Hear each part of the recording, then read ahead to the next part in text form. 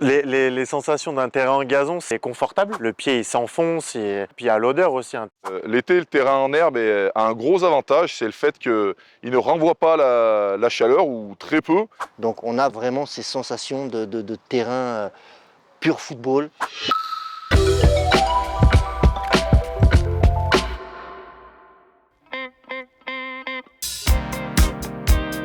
Les terrains de sport en herbe, aujourd'hui à Valence, ça nous paraît être une nécessité. Le terrain en herbe apporte un confort de jeu qui est particulièrement intéressant. C'est un terrain qui peut être utilisé toute l'année.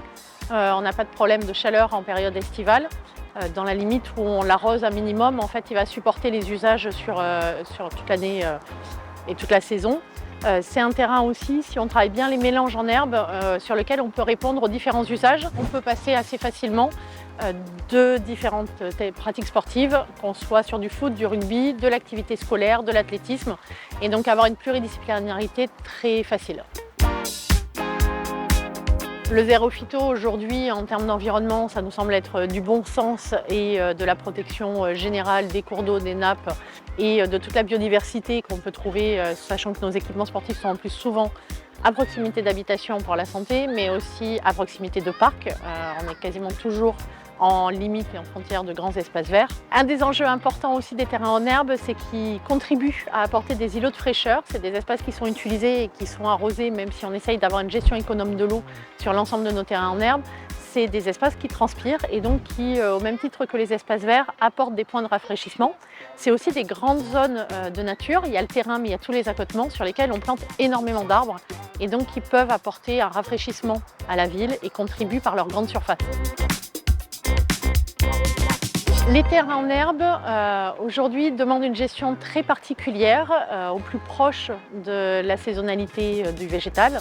On va adapter nos tontes, on va adapter nos pratiques s'il y a des clubs qui vont jouer ou s'il n'y a pas de club. On a arrêté complètement d'entretenir les terrains, par exemple, en période estivale pour régénérer les gazons.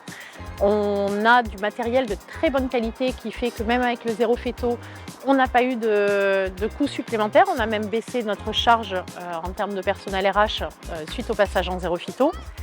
Et les terrains en herbe ont une durée de vie qui est extrêmement longue puisqu'on a réussi à garder notamment le terrain honneur qu'on avait à Pompidou qui a vécu quasiment 50 ans. Donc une bonne gestion du quotidien avec des coûts qui restent modestes permet d'avoir des investissements assez ponctuels et non excessifs. Le gazon, s'il est bien pensé et bien adapté à ce qu'on veut en faire, c'est une bonne solution. Il faut juste trouver la bonne chose à la bonne place, comme pour les arbres et comme pour tous les végétaux.